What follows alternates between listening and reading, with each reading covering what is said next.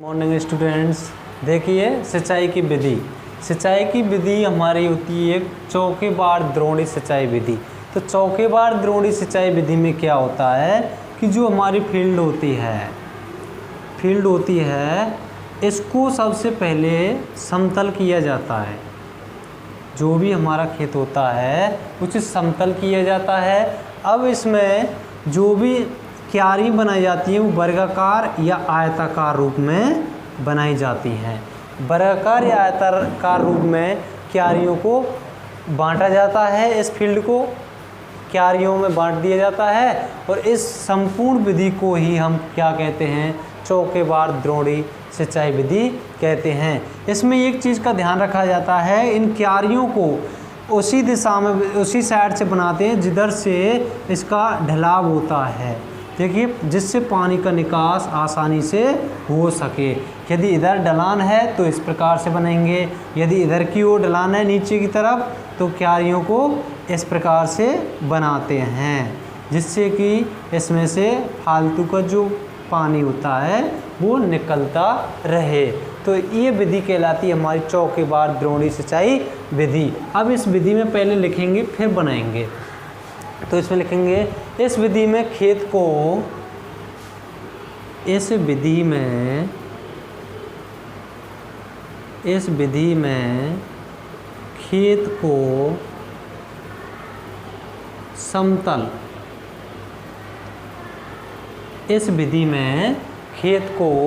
समतल कर वर्गाकार तथा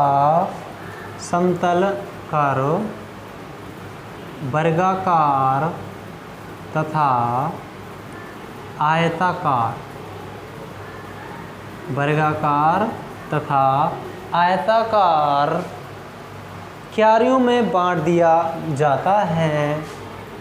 क्यारियों में बांट दिया जाता है। वर्गाकार तथा आयताकार क्यारियों में बांट दिया जाता है और ढाल के अनुसार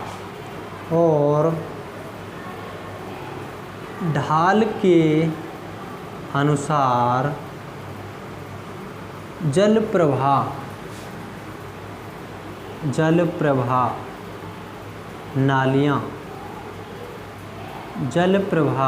नालियाँ बना दी जाती हैं।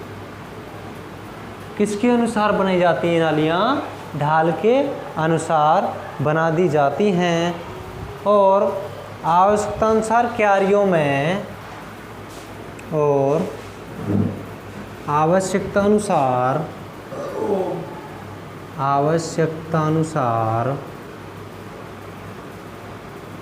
आवश्यकतानुसार क्यारियों में पानी भर दिया जाता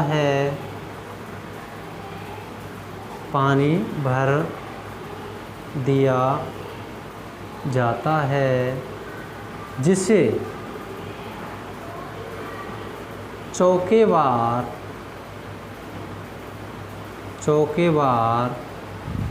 द्रोणी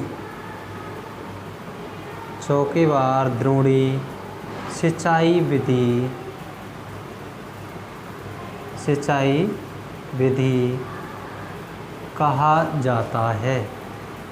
चौकेबार द्रोणी सिंचाई विधि कहा जाता है। अब देखिए इसमें सबसे पहले क्या किया जाता है, जो अपन की फील्ड होती है इसको समतल किया जाता है। समतल करके इसे वर्गाकार तथा आयताकार क्यारियों में बांटते हैं। इस प्रकार से इस फील्ड को क्यारियों में बांट लिया जाता है।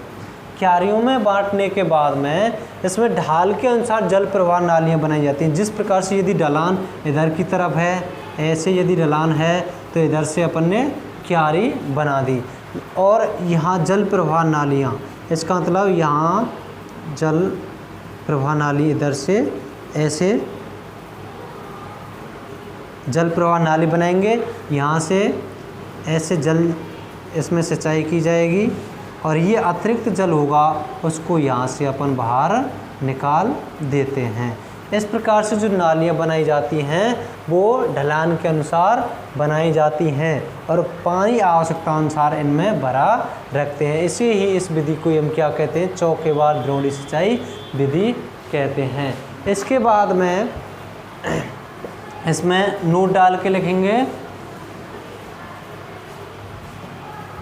नोट डाल के लिखेंगे सिंचाई के लिए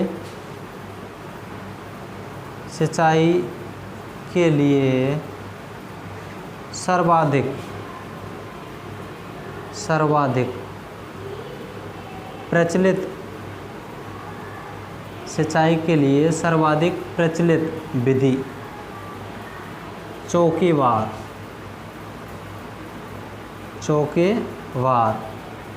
द्रोणी सिंचाई विधि, चौकेबार द्रोणी सिंचाई विधि।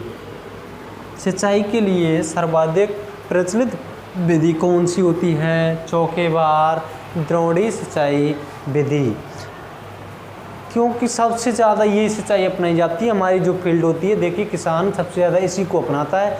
हमारी जो फील्ड होती है उसमें किसान जल प्रवाह नालियों के अनुसार ही क्यारियों को बनाता है। जैसे हमारा ये फील्ड है, इधर ऊपर से नीचे की तरफ ढलान है, तो इस ढलान को रोकने के लिए यदि ढलान को रोकना चाहेगा तो इसके विपरीत बना देगा ऐसे, और इसमें इस प्रकार से सिंचाई की जाएगी। यदि इसके ढलान के सीधे ही बनाएगा तो इसमें कटाव होगा। तो इस प्रकार से आयताकार हो सकती है या वर्गाकार क्यारी उसमें किसान बना सकता है। तो इस प्रकार से हमारी क्यारी बनती हैं। तो इसी ही हम जो हमारी जो खेती होती है वो किस आकार में सिंचाई की जाती है, उसमें चौकेबार द्रोणी सिंचाई विधि के द्वारा ही सिंचाई की जाती है। तो सर्वाधिक प्रचलित विधि कौन सी है, चौकेबार द्रोणी सिंचाई विधि। अब इसके लाभ लिखेंगे,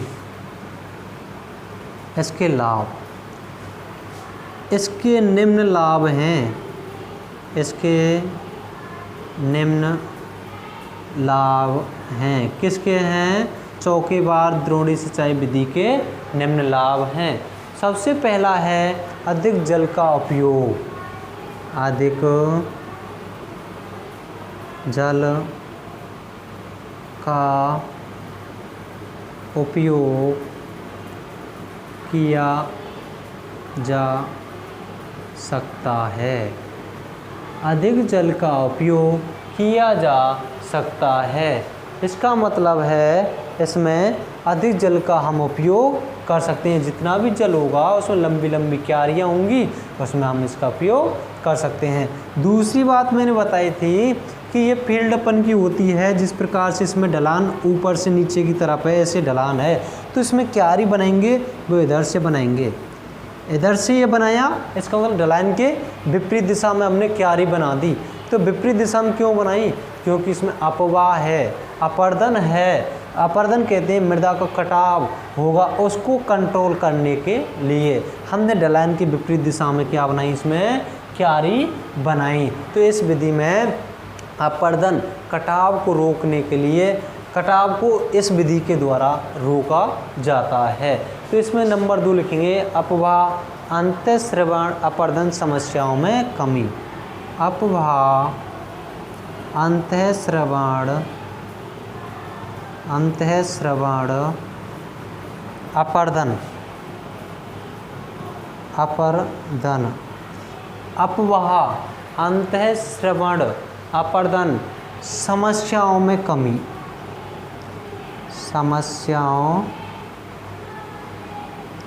समस्याओं में कमी। किस विधि में अपर्दन को किस में रोका जाता है, किस में रोका जा सकता है, अपवाह कहते हैं अधिक तेजी से बहाव को यहाँ रोक सकते हैं हम। ऊपर से नीचे की तरफ ढलान है, इसके विपरीत हमने क्यारी बना दी, तो यहाँ तेज़ी से जब पानी आएगा ना, तो यहाँ पर क्या होगा कि यहाँ इनकी जो दूरी है क्यारियों की, उसे नज़दीक में बना देते हैं। तो इस प्रकार से करो। हाँ देखिए, इसके दूसरा लाभ बता रहा था मैं, अपवाह अंतःस्रवण अपर्दन समस्या में कमी। इसका मतलब है जो हम ये अपनाते हैं ना इस सिंचाई को, तो ढलान की विपरीत दिशा में हम क्या बनाते हैं भाई, सिंचाई की जो क्यारियाँ हैं उनको बनाते हैं ढलान के बिना। इससे क्या होता है कि पानी का जब तेज बहाव होता है ना, तो इस क्यारियों का आकार है वो हम कम दूरी पर रख देते हैं। कम दूरी पर रख देते हैं तो इसका अपवाह कम हो जाता है, तो कटाव कम होगा। अंतःस्रवण कहते हैं अंदर की ओर पानी का जाना। जब यहाँ पर पानी भरा रहेगा, छोटी छोटी कम दूरी पर क्यारी रहेंगी, भरा रहेगा तो नीचे की तरफ चला जाएगा। अपर्दन, अपर्दन कहते हैं कटाव को, कटाव भी यहाँ पर कम होगा। जब पानी का बहाव कम हो जाएगा तो इसका कटाव भी कम होगा। तो ये समस्याओं में क्या हो जाती है, इस विधि में कमी हो जाती है। अब इसके बाद तीसरा पॉइंट, जल का वितरण संपूर्ण खेत में समान होता है। जल का वितरण संपूर्ण खेत में, संपूर्ण खेत में समान होता है, समान होता है। जल का वितरण संपूर्ण खेत में समान होता है। इसका मतलब हो गया कि जल जो हम सिंचाई करते हैं वो पूरे खेत में समान रूप से, जैसे हमने इसमें 2 mm सिंचाई की इस क्यारी में, तो इसमें भी 2 mm, इसमें भी 2 mm, इसमें भी 2 mm, तो पूरा जो अपन की फील्ड है उसमें जो सिंचाई का वितरण है वो कैसा हो गया, समान हो गया। तो समान सिंचाई का वितरण किस विधि में होता है, चौकेबार द्रोणी सिंचाई विधि में। इसके बाद यह एक सरल विधि है, यह एक कैसी विधि है, सरल, सरल विधि है। अब सरल क्यों है, सरल इसलिए है कि सीधी इसमें क्यारियाँ बना दी जाती हैं और सिंचाई छोड़ दी जाती है। तो कैसी विधि हो गई ये, सरल। तो ये फर्स्ट सिंचाई विधि हुई हमारी चौकेबार द्रोणी सिंचाई विधि। अब इसके लाभ हो गए, इसके लिखेंगे सीमाएं। इसकी सीमाएं कौन कौन सी होती हैं,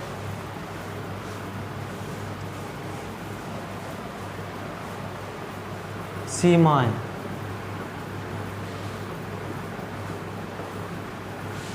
अब क्या क्या इसकी सीमाएं होती हैं, तो सबसे लिखेंगे इसकी सीमाएं निम्न होती हैं, इसकी सीमाएं निम्न होती हैं, निम्न होती हैं। इसकी सीमाएं निम्न होती हैं, कौन कौन सी होती हैं। सबसे फर्स्ट लिखेंगे सिंचाई के लिए बनाई गई नालियों से भूमि का अधिक भाग, सिंचाई के लिए,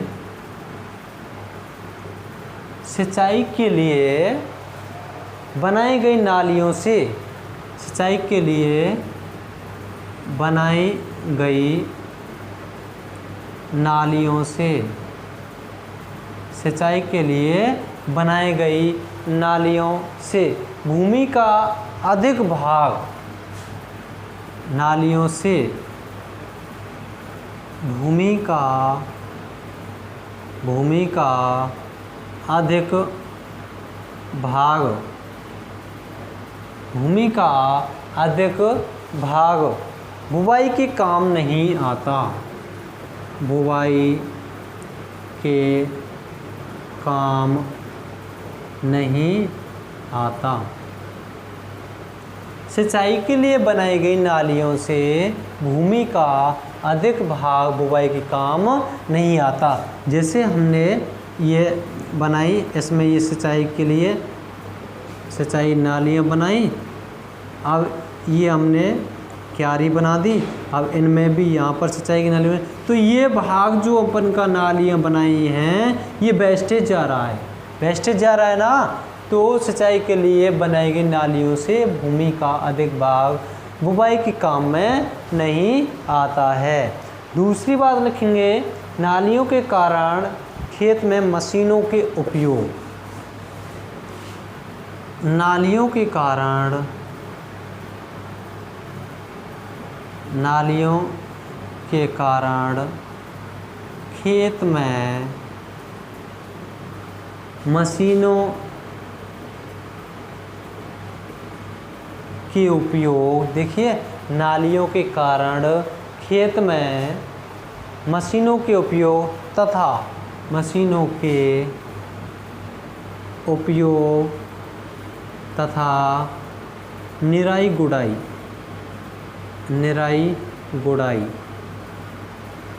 में कठिनाई आती है। नालियों के कारण खेत में मशीनों के उपयोग तथा निराई गुड़ाई में कठिनाई आती है।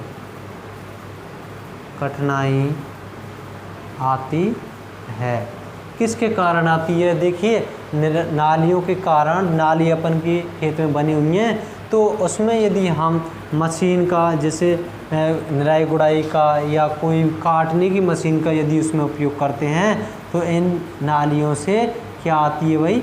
परेशानी आती है। तो यहाँ से ठीक प्रकार से कटाई भी नहीं हो पाती है, तो ये दिक्कत होती है इसमें। तीसरी बात है, खेत का समतल होना आवश्यक है। खेत का समतल होना आवश्यक है। समतल होना आवश्यक है। देखिए, इस विधि को चौकेबार द्रोणी सिंचाई विधि को तभी अपना सकते हैं जब हमारी फील्ड कैसी होगी? समतल होगी। समतल होगी तो हम उसमें आयताकार एवं वर्गाकार रूप में तभी क्यारी उसमें बना सकते हैं और तभी हम उसमें अपरदन और इनका नियंत्रण कर सकते हैं। तो इसके लिए खेत कैसा होना चाहिए? समतल होना चाहिए। समतल होना चाहिए। अगला पॉइंट लिखेंगे, पृष्ठीय जल निकास अधिक होता है। पृष्ठीय जल निकास अधिक होता है। पृष्ठीय कहते हैं ऊपरी जो सतह होती है ना, ऊपरी सतह को हम क्या कहते हैं? पृष्ठ कहते हैं। तो पृष्ठीय जल निकास अधिक होता है। यहाँ का जो पृष्ठ क्षेत्रफल जो जल होता है ना, उसका निकास बहुत अधिक होता है इसमें। ठीक है, पृष्ठीय जल निकास कैसा होता है? अधिक होता है। अगला, खेत की तैयारी में अधिक मजदूर लगते हैं। खेत की तैयारी में अधिक मजदूर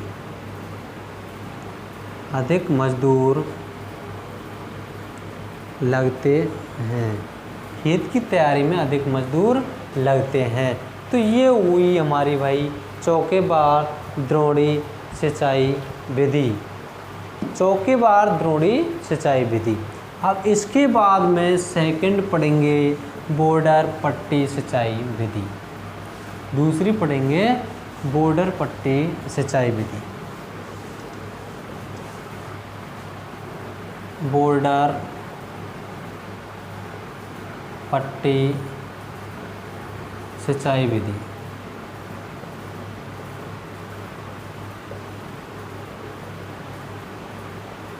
बॉर्डर पट्टी सिंचाई विधि। अब ये बॉर्डर पट्टी सिंचाई विधि, इसमें क्या होता है? इस विधि में खेत के ढाल के समानांतर, इस विधि में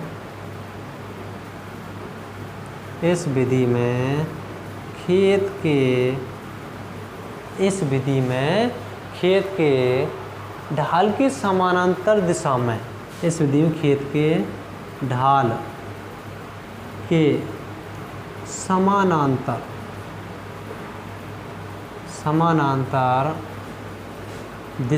के ढाल के समानांतर दिशा में लंबी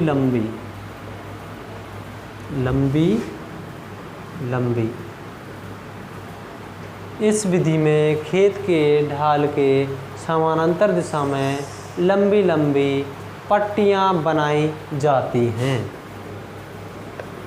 लंबी पट्टियाँ बनाई जाती हैं। लंबी क्या बना दी जाती हैं? पट्टियाँ बनाई जाती हैं। पट्टियों की लंबाई चौड़ाई बहाव, पट्टियों की पट्टियों की लंबाई चौड़ाई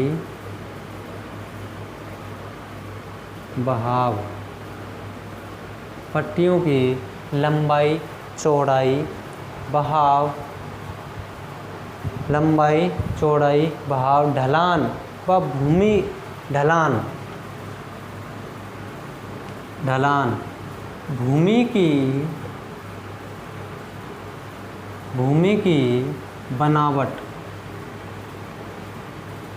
देखिए पट्टियों की लंबाई चौड़ाई बहाव ढलान भूमि की बनावट के अनुसार रखी जाती है, भूमि की बनावट के अनुसार रखी जाती है, रखी जाती है। किसके आधार पर? भूमि की बनावट के अनुसार रखी जाती है। इस विधि को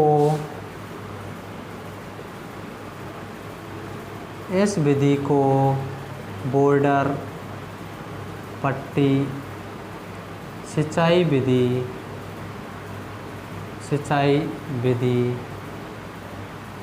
कहते हैं। इस विधि को बॉर्डर पट्टी सिंचाई विधि कहते हैं। इस विधि का प्रयोग गेहूं की फसल में किया जाता है। जैसे इस विधि का प्रयोग सर्वाधिक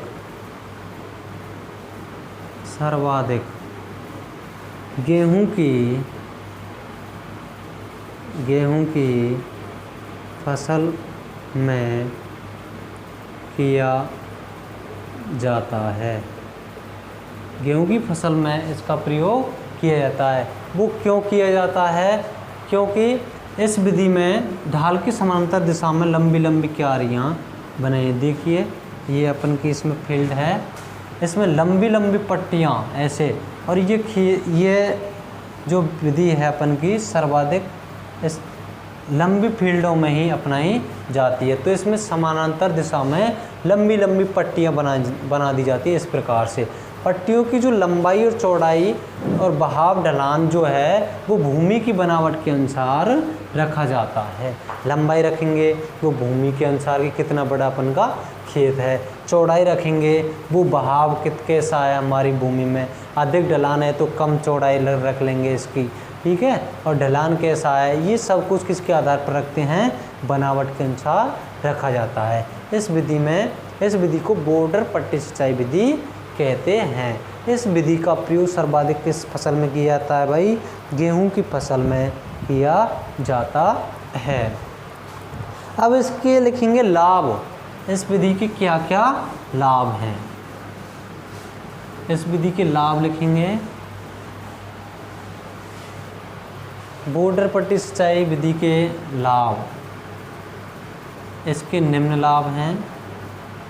इसके निम्न लाभ हैं।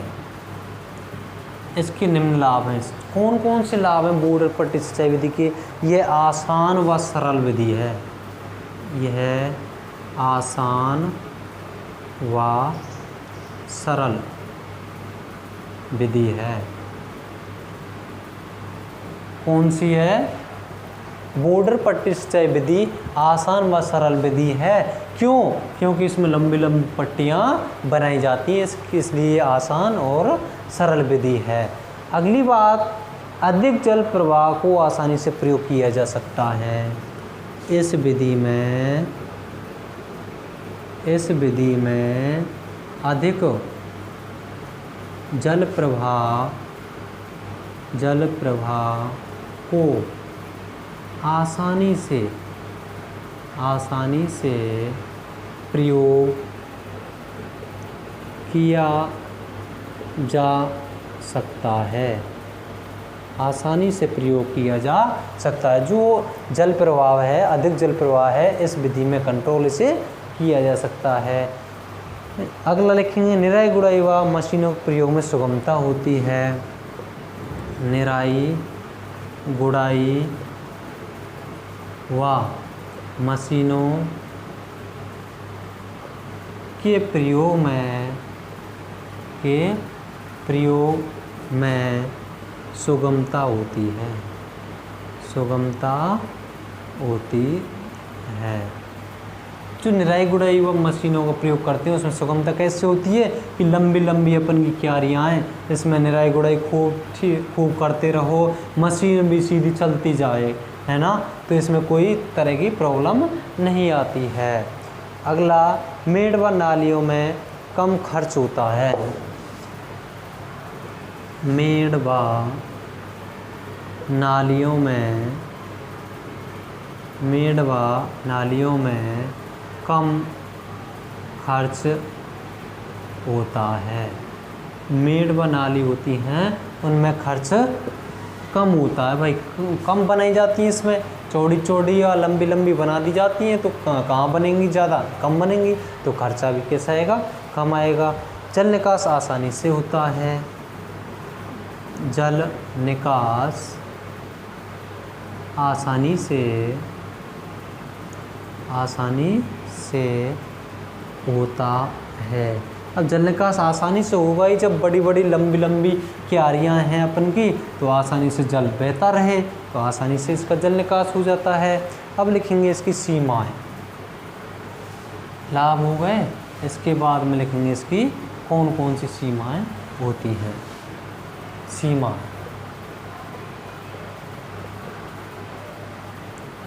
सीमाएं इसकी निम्न सीमाएं हैं, इसकी निम्न सीमाएं हैं। नंबर 1, कौन कौन सी सीमाएं होंगी, अब देखिए। सबसे पहले, इस विधि का प्रयोग ऊबड़ खाबड़ भूमि में नहीं किया जा सकता।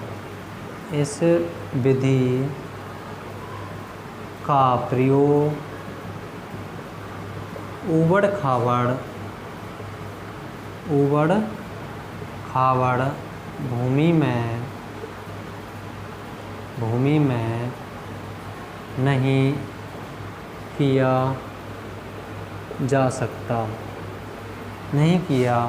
जा सकता, इस विधि का प्रयोग ऊबड़ खाबड़ भूमि में नहीं किया जा सकता। दूसरा, अधिक जल चाहने वाली फसलों में इसे सिंचाई नहीं की जा सकती। अधिक जल चाहने वाली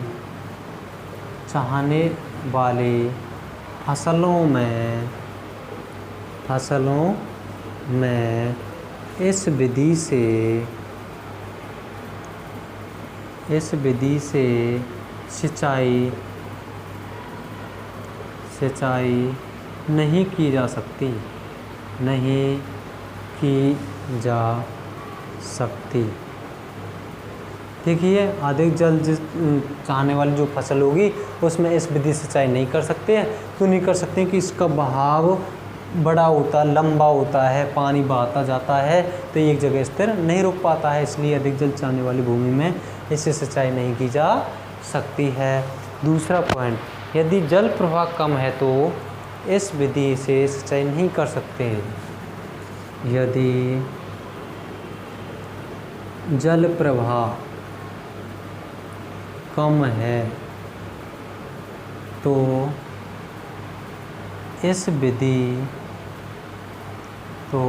इस विधि से सिंचाई नहीं कर सकते। यदि जल प्रवाह कम है, इस विधि में सिंचाई करने के लिए हमें जल की बहुत अधिक आवश्यकता होगी। यदि बहुत अधिक जल होगा हमारे पास में तो ही हम इन लंबी लंबी क्यारियों में जल को छोड़ सकते हैं। यदि कम होगा तो ये पहुँचेगा ही नहीं, कम प्रवाह होगा तो, इसलिए जल प्रवाह कम है तो इस विधि से सिंचाई हम नहीं कर सकते। अगला चौथा पॉइंट है अपन का, बॉर्डर पट्टियों की पूरी चौड़ाई में एक साथ जल प्रवाह कठिन होता है। बॉर्डर पट्टियों की पूरी चौड़ाई बॉर्डर पट्टियों की पूरी चौड़ाई में एक साथ जल प्रवाह, पूरी चौड़ाई में एक साथ जल प्रवाह कठिन होता है, कठिन होता है। एक साथ जल प्रवाह इसमें कैसा होता है, कठिन होता है। ये हुई हमारी भाई बॉर्डर पट्टी सिंचाई विधि। तो ये हमारी सिंचाई की विधियाँ थी। तो हमारी इस चैनल को ज़्यादा से ज़्यादा सब्सक्राइब और लाइक करें, जिससे आपको आने वाली वीडियो तुरंत प्राप्त हो सकें। Okay, thank you.